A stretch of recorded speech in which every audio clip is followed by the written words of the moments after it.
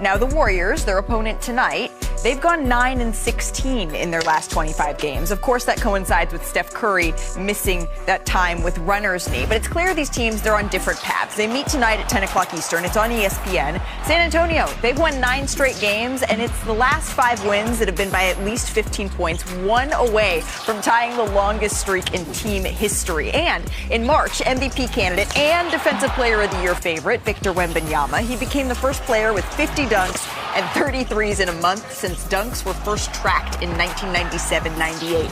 And Golden State, already they're locked into a play-in spot. They are still, though, awaiting the return of that man, Steph Curry. The Warriors are 23-16 with Steph this season, just 13-23 without him. So for more on Steph, we welcome in our senior insider, Shams Charania. Shams, we heard yesterday from the Golden State Warriors that Steph is able to practice 5-on-5 for the first time. So what does that mean for his timeline to return here? Malika, I'm told that Stephen Curry has a goal to return to action on Sunday at home against the Houston Rockets. That's what he wants. That's his desire. But the next several days are going to be a vital period to see how does his knee respond to the 5-on-5, to additional workouts over the next several days. This is a big time for Steph Curry to check boxes and see, can he make it back and get clearance to come back Sunday or Tuesday at home against the Kings after 2+ months off. He's had multiple starts and stops throughout this, though, Malika. There's been missed targets throughout the last several weeks, but this does feel different internally with the Warriors because now Steph finally got in that 5-on-5 scrimmage. He's encouraged. My understanding is he felt good. He came out of that 5-on-5 well. Internally, the Warriors this week have framed it as a make or break time for Steph Curry to either make it back or get shut down. Stephen Curry is looking at Sunday, potentially, for his return. Wow, okay, a make or break timeline here that we could be looking at for Steph Curry as he targets Sunday. Shams, thank you very much. Hey, oh, wait. Hey, Shams, before we let you go, we're getting some news in just this very moment, and I'm hoping you're more deeply sourced than anyone. Sources say, happy birthday, Shams. We appreciate you and all you do for us here on the show. Very, very happy birthday. And, you know, it does make me laugh that it is on April Fool's Day. I'm getting old. No, you're not getting old. Look at that hair. We appreciate you. Hey, let's stick with the Golden State Warriors here for more on Steph Curry. We're going to bring in our friend Anthony Slater. Slater, what can you tell us now that we're hearing that Steph is targeting, hoping for Sunday for his return? What's the Warriors' mindset here for the rest of the season? Well, first of all, I talked to Steph last night. He did say he felt great coming off the scrimmage, but he used the same word with me that he used with you on the sideline weeks ago, which was unpredictable. It really is an unpredictable knee injury. So he's hesitant over the next few days, hoping that the knee, responds well enough for him to get in the game Sunday, Tuesday, and play maybe 4 regular season games before the play. And I do think some people from the outside looking in are saying, why? This kind of is a lost season for the Warriors. They're in the 10th spot. Everything's already gone wrong. Jimmy Butler's out for the year. But I talked a lot to Steph Curry about Draymond Green for a story I have on the site today, and I thought one of the interesting things he said is he's seen Draymond, keep his body ready and play every game this season, and he's around this team, which it's a really dark time for the franchise. They've watched 2 of their players basically carried off the floor with career-altering injuries, and I think he just wants to lift the spirits of this franchise, provide a little light at the end of the tunnel. I don't think there's some idea in his mind they're going to roll off and win the title out of the 10 seed, but I think they believe they can win a play-in game in Portland, they can win a play-in game in Phoenix or LA, and they can get a crack at the defending champs, and I think that's enough for Steph Curry to try to want to get back. And that right there sums it up why he is so beloved by this franchise, because championships, yes, but it's that mindset of wanting to come back despite the really difficult path that the Golden State Warriors have ahead, to say, hey, you know what, as long as, and you and I have heard this time and time again from this franchise, as long as we have Steph Curry, we like our chances. Maybe not to win the whole thing, but to, like you said, have a crack at the defending champs. Anthony Slater, we appreciate it. Slater just mentioned that the Warriors right now, they're looking at that 10th spot. This is the top 10 in the Western Conference. Of course, the Thunder, they lead the Spurs by 2.5 games, really 2 in the loss column, because the Spurs have that head-to-head tiebreaker. And then when you're looking at the play-in, it's the Clippers, it's the Trailblazers, it's the Warriors that are locked into the play-in tournament, and the Rockets and Suns, they are jockeying back and forth. But the Warriors, they're trending towards the 10 seed, right? They are trending towards the 10. And keep in mind, Only one team has ever gotten out of the 10 seed all the way into the playoffs, just the playoffs at all, and that was the Heat last year. And it did not go well when they got there. It didn't go great when they got there. But for the Warriors, I mean, how do you think, Amon, they should be handling the rest of the season after everything we just heard? Honestly, what have the Warriors not given us in the last few years? Steph Curry, take as much time as you want, get healthy. Like, I didn't expect much from them, you know what I'm saying? Especially with all the injuries they have going on.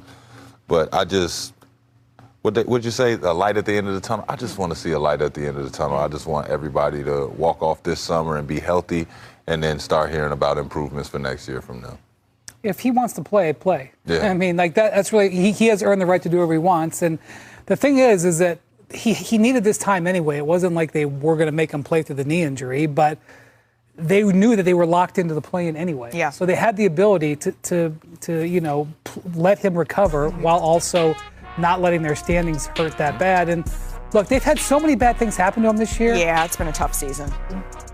Why not end on joy, right? Why not end on a little bit of joy here? And Golden State, they had been hoping to keep in that 7-8 play-in bracket. It's not going to happen. They are locked into that 9-10 play-in bracket, and so now we see what happens. I did think it was interesting. Shams said, though, this is the make or break. He's targeting Sunday, but this has been really unpredictable. It's been really up and down. So if he's not able to go this Sunday, this is the time when they could also say, all right, this was your goal, we didn't meet it, and let's see what happens next. So let's focus on the San Antonio Spurs side of all of this, right? Because they've won 14 straight games when Victor plays. Is Steph Curry about to come back for one last charge? Or are the Warriors standing at the final fork in the road of this season? Because that is the real drama inside this breaking news. This is not just Steph might return soon. No, this is higher pressure than that. According to the ESPN report, Curry's target is Sunday at home against Houston, but the next several days are vital, and internally, the Warriors have framed this as make or break. Either the knee responds well enough and he gets cleared, or they may have to face the possibility that this comeback is not happening right now. Shams said he came out of 5-on-5 encouraged, and Slater backed that up by saying Steph felt great, but also kept using the same uneasy word, unpredictable. That unpredictability is what makes this story so intense for Warriors fans. The Reuters update explained that Curry has been out with right knee patellofemoral pain syndrome and bone bruising, and that the team had already emphasized the need for live 5-on-5 as the next major checkpoint. Then, the Chronicle reported he did get through that practice step and is targeting Sunday, while Kerr made it clear Golden State is running out of gains and that he wants Curry back with enough runway before the play-in to actually feel like himself. That is the hidden pressure. It is not enough for Steph to simply dress. He has to return in time to become Steph again. And the reason the whole league is paying attention is simple. The Warriors may be stuck in the 10 seed, but nobody trusts a Steph Curry team in a one-game setting. The ESPN segment said it flat out. Golden State is 23-16 with Steph and 13-23 without him. That difference is enormous. And Slater made the emotional point that takes this from injury update to real story. Steph wants to come back, not because he thinks they're about to march through the West from the bottom, but because he wants to lift the spirits of the franchise in a dark stretch and give them a little light at the end of the tunnel. Man, that hits. That hits because it is not delusion, it is leadership. It is the face of the franchise saying, I still want the ball, I still want the moment, I still want one more swing. And let's be real, Dub Nation, there is basketball logic here too, not just emotion. The earlier local breakdowns about the Warriors made a point I think matters even more now. Steph's return changes everybody's ecosystem. He makes Porzingis more dangerous because defenders have to make impossible choices. He helps Melton by reducing the attention Melton has to carry. He simplifies life for Podziemski and restores the natural rhythm of the Draymond partnership. That matters because this roster has spent weeks asking bench-type minutes guys to absorb starter-level offensive stress. The NBC Bay Area conversation even said nobody may miss Steph more than Melton because Curry himself viewed him as the ideal backcourt partner. So when Steph returns, it is not just a superstar plugging back in, it's the whole hierarchy of the teens snapping closer to normal. Now, outside voices are split. In the ESPN segment, one side basically said, Steph, take all the time you want, get healthy, end the year with some joy, and don't force anything in a season that has already gone sideways. And honestly, that is fair. The Warriors have had too many injuries, too many setbacks, too many bad breaks. But there is another side too, and that side is pure Warriors DNA. As long as they have Steph Curry, they like their chances to at least make some noise. Not necessarily win it all, but absolutely make things uncomfortable, absolutely steal a game, absolutely put fear in somebody. And that is the part no opponent wants to hear. So here is my favorable Warriors conclusion. The most important part of this breaking news is not just that Steph feels better, it's that the Warriors still have something worth coming back for. They are alive. They are in the play-in. They have enough pieces, enough pride, and enough edge that his return would actually mean something. And if he gets through these next few days and comes back Sunday, then the last chapter of this season suddenly becomes must-watch.